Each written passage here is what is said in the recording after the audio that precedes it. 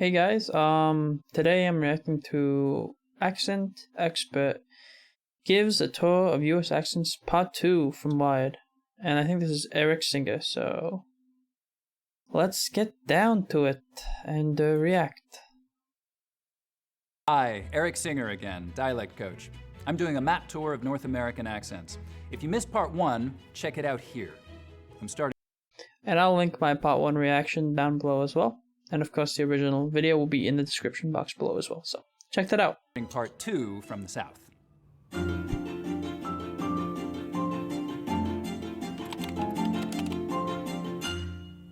Picking up where we left off, we were talking about rhotic accents, where the R sound is always pronounced in the piney woods belt. But down in the southern part of Louisiana, it is one of the few areas that's still pretty reliably non-rhotic.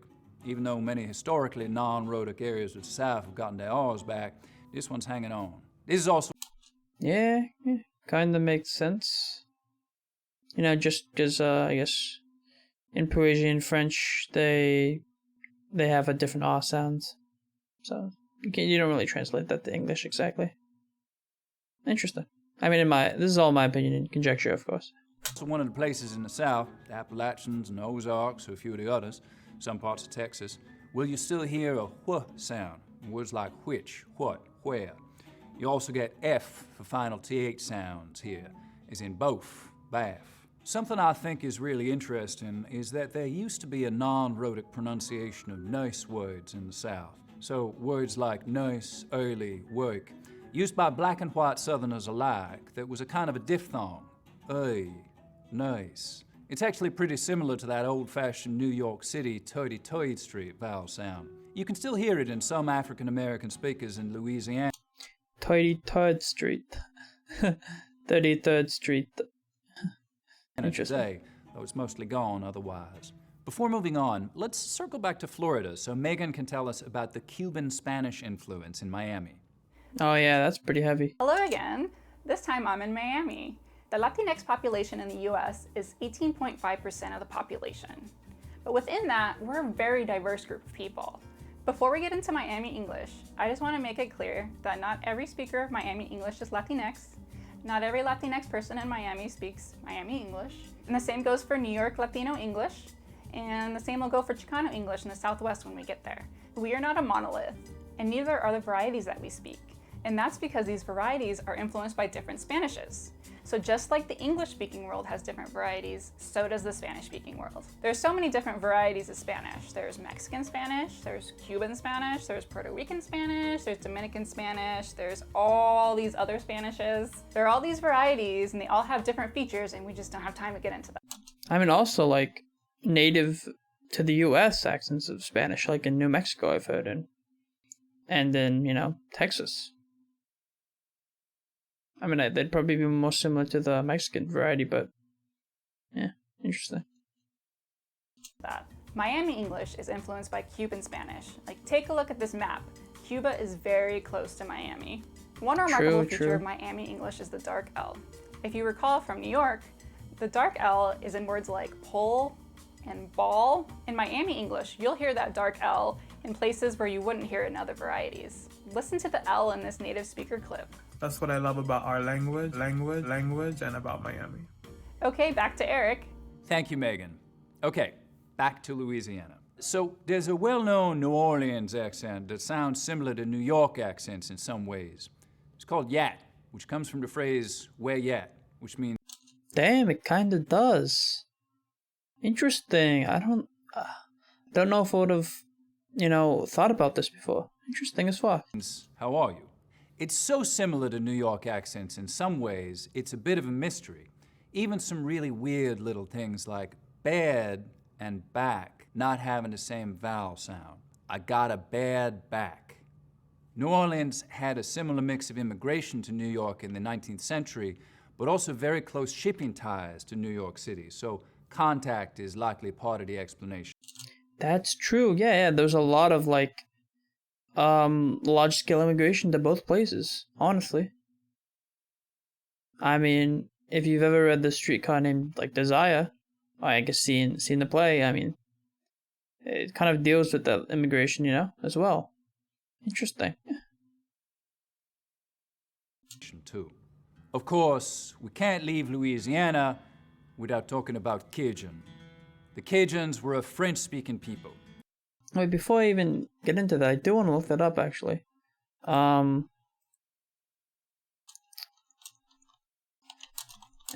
New York accent.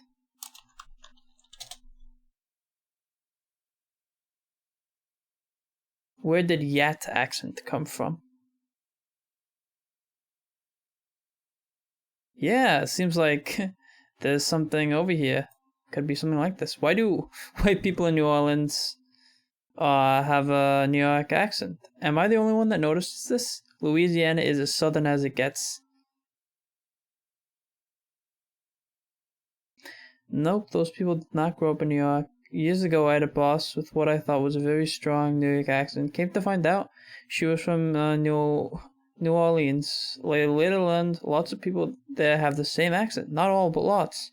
It does sound just like a New York accent, though there are different New York accents too. I thought it was so odd. The dialect is called Yat. There are even internet articles about it. Damn, that is fucking interesting.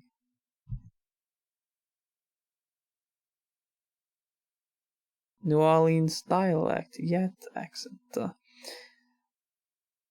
It is imprint left by Irish Catholic nuns. I don't know, maybe. You're probably noticing some sort of Southern Bayou speak that cuts out Oz like the New York accent does. Yeah, interesting as fuck. Where'd the Yat accent come from? Yeah. Where Yat? New Orleans signature accent is disappearing.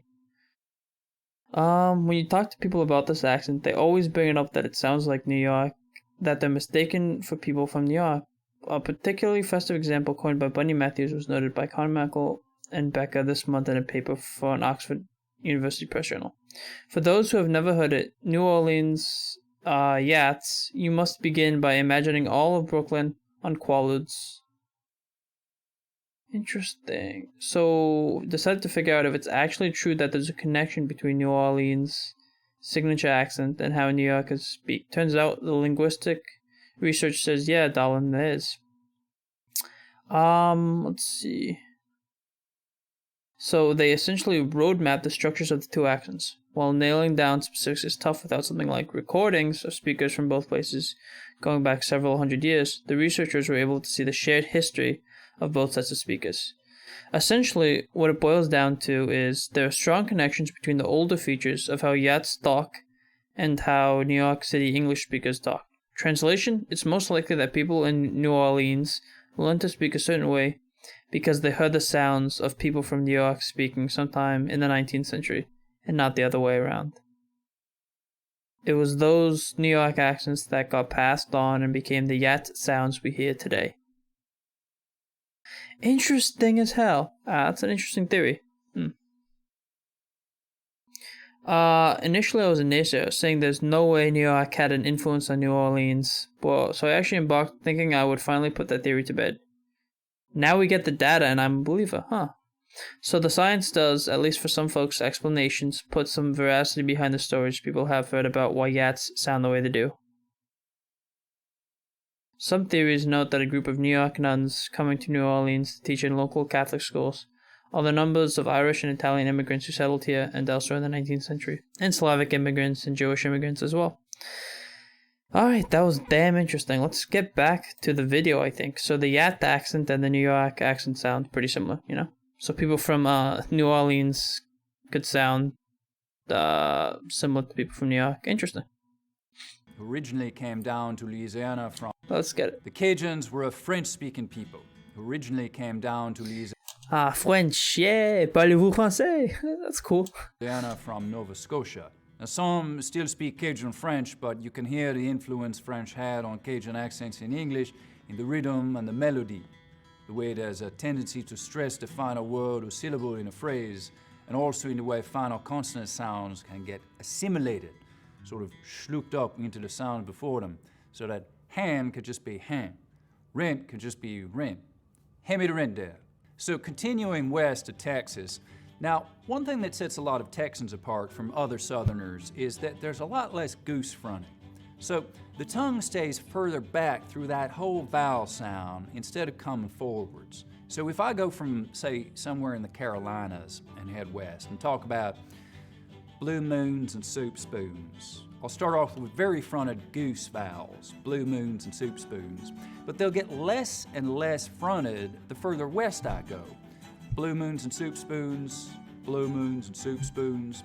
When I cross the Mississippi, I don't have very fronted goose vowels anymore, but by the time I'm in Texas, blue moons and soup spoons, it's not coming forward hardly at all now. Now, one thing that separates the eastern part of the state from the western part is how far the price smoothing goes. Remember when we talked about how Piney Woods belt accents have full-on price smoothing, so it affects ride and write, live and life? We'll see that kind of full-on version in western and central Texas. All those words are smoothed out just like that. But in the eastern part, it's only on words like high, ride, and live. Words like right and life will have a diphthong. Why is it this way? Well, again, because of the history of settlement patterns. The white people who settled in the western part, in the Great Plains part of Texas, the western and central parts, mostly came from Tennessee and the Appalachians, full price smoothing areas. As we head up into Oklahoma, I'm going to turn it over to Kalina Newmark again. Hello again. Interesting.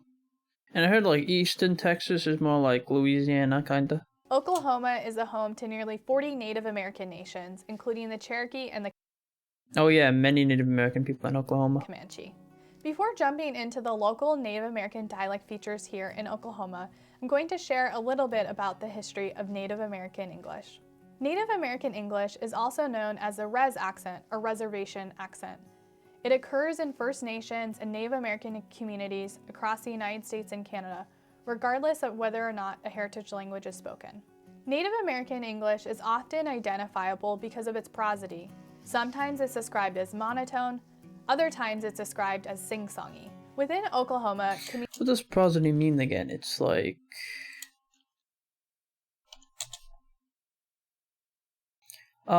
linguistic prosody is concerned with those elements of speech that are not individual phonetic segments but are properties of syllables and large units of speech, including linguistic functions such as intonation, tone, stress, and rhythm. Interesting, okay. The study of versification, especially, the systematic study of metrical structure. Alright. community members describe Native American English both ways, and that makes sense. There are different varieties within the state. In Makes western sense. Oklahoma, the Anadarko accent has been described as monotone. Contrast that with Cherokee English in eastern Oklahoma, which is more sing-songy. Sometimes we can forget where we come from, you know what? With that, let's go back to Eric on the map Damn, that was pretty freaking interesting. Like that rhythm. tour. Thank you, Kalina. Quick stop in the Ozarks, where we can hear some accents that are real close to Southern Appalachian accents. A little bit different goat vowel and some others, but real close in a lot of ways. Which is because, again, of Oh, so the Ozarks. I've heard of that before. Is it like the Ozarks? Also known as Ozark Mountain or Ozark Plateau is a physiographic regions in the U.S. states of Missouri, Arkansas, Oklahoma, and the extreme southeastern corner of Kansas. Oh, they cover a significant portion of northern Arkansas and most of the southern half of Missouri.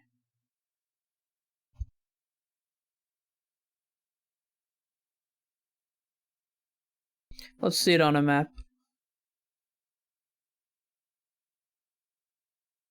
Okay. That's a good explanation, I would say.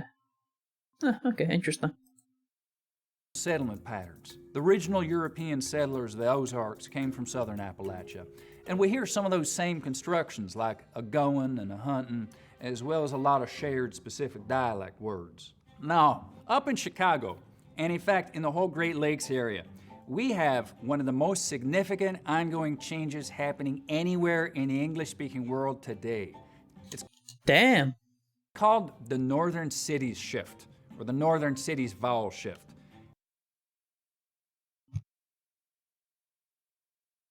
Interesting. So this region, huh? And it may be the biggest change in English pronunciation anywhere since the Great Vowel Shift, right up to and through Shakespeare's time. So one of the most significant ongoing changes in English language today, biggest change in English pronunciation since Shakespeare's time. Damn. Is it like that Midwestern accent, kind of like Wisconsin, or like Wisconsin accent, kind of like that, classic Midwestern accent, I guess. Kind of sounds a bit like that, just so far from what I'm hearing.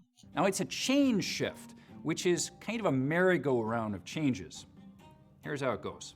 So in most accents of English, the vowel sound in words like cat, bag, what we call the trap vowel, is something like ah, right? We make it with the tongue cupped down low and towards the front of the mouth like this. Ah. Okay, ready for this? Here's the first move in the northern cities change shift. This vowel unit moves up in this direction. So it's pronounced with a little bit tenser tongue and sounds like cat, bag, up here. Put the cat in the bag. Now that leaves an open space in terms of available vowel real estate where that trap vowel used to be. Now it turns out that vowel sounds like to space themselves out in our mouths. They abhor a vowel vacuum, if you will. And so what happens is that the lot vowel, which normally lives a vacuum back here, your tongue cupping low down in the back for an open ah sound, moves forwards towards where trap used to be. So in Chicago, it's not a hot pot, it's a hat pat. Now those are just the first two moves in the change shift. The thing about a change shift is each move makes the next one happen. So trap, moving up higher, pushes the dress vowel back in the mouth. So words like bed next sound like bud next.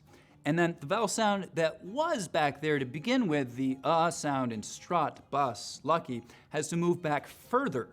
Bus, lucky. So now cot sounds like cat, bat sounds like bet sounds like butt, and butt sounds like bought. Pretty dramatic shift.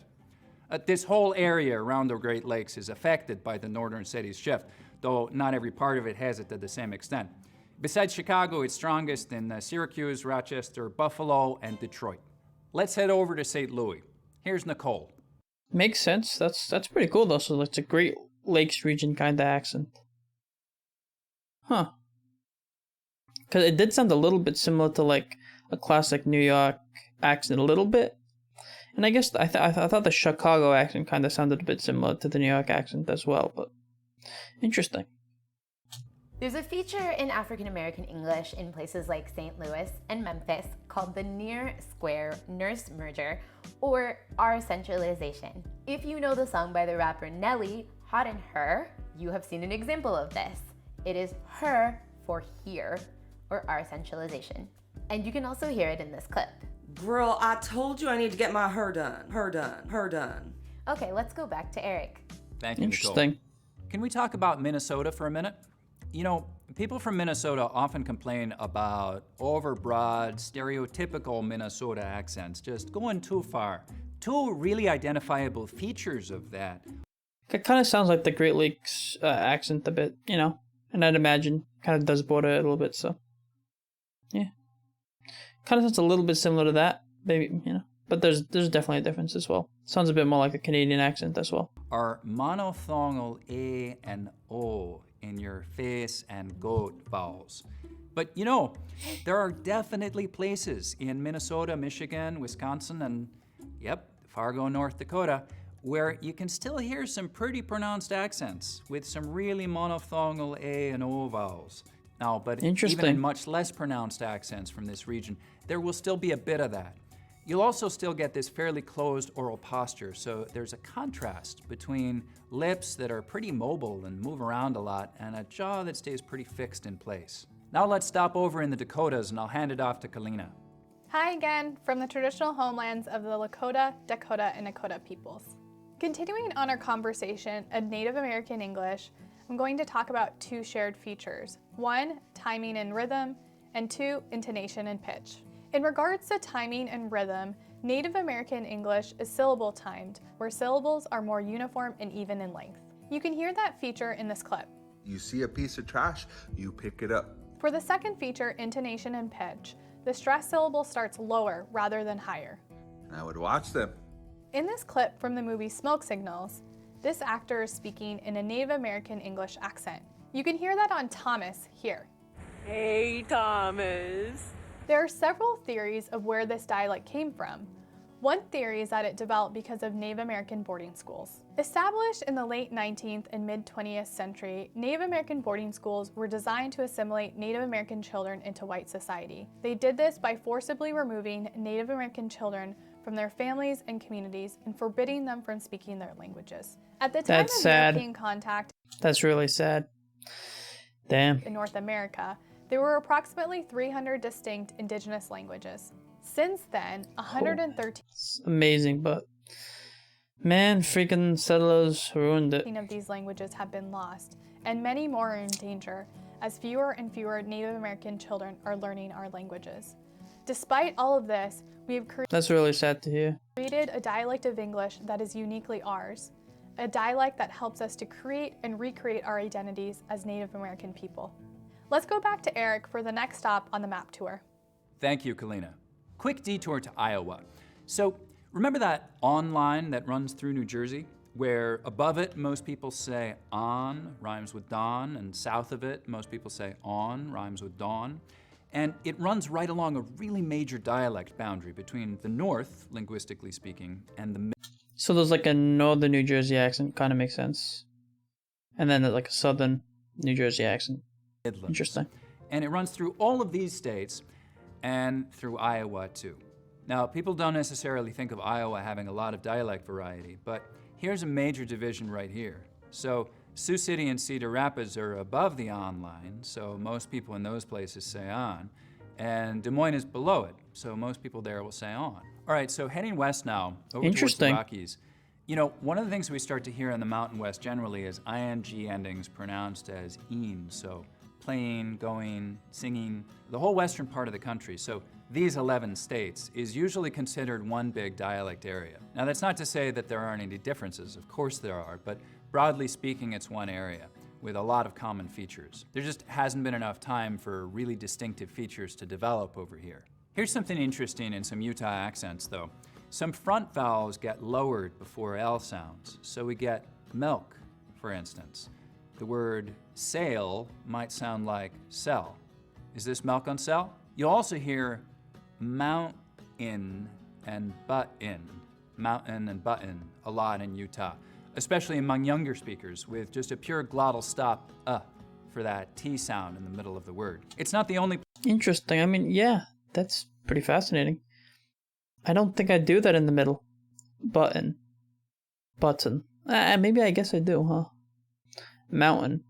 Mountain. Yeah, I would usually pronounce the T in mountain. Like mountain. I wouldn't do a mount on a mountain. Yeah, I wouldn't really say mountain. Maybe unless I was talking fast. Like quickly. place in the US that does that, not at all. But apart from some California speakers, it seems to be the only place in the West where you hear those pronunciations. Interesting. We're going to end this segment here. Please join us for part 3, where we'll pick up in sunny Southern California. Damn, that was way too quick. I feel like the video was so short. I mean, yeah, I guess it was only 14 minutes, so... Damn, that was really freaking interesting. If you enjoyed this video, please... If you enjoyed my reaction, please give this video a like and subscribe to the channel. Comment down below with your thoughts. Yeah. The original video will be down in the description box below. You can check that out. And thanks for watching. Comment down below with your, what accent you have and what you think of the changes happening. Alright, bye-bye.